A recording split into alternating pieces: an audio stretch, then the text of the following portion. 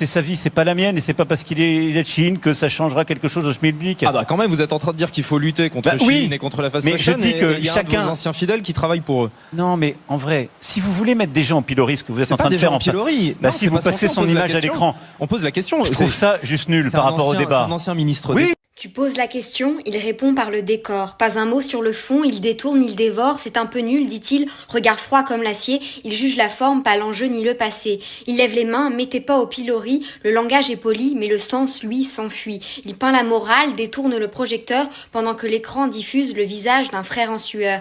Vous passez son image, il retourne l'arme, comme un magicien des mots qui désarme. Il fait du journaliste l'agresseur du jour, quand on lui tend juste un miroir sans détour. L'art de l'éloquence en version défensive, un maître du verbe en manœuvre subversive, mais moi je vois clair dans le langage présidentiel, chaque mot est un mur, chaque rime une étincelle, alors je te dis, quand la réponse se dérobe, c'est peut-être qu'elle pèse plus qu'un simple microbe.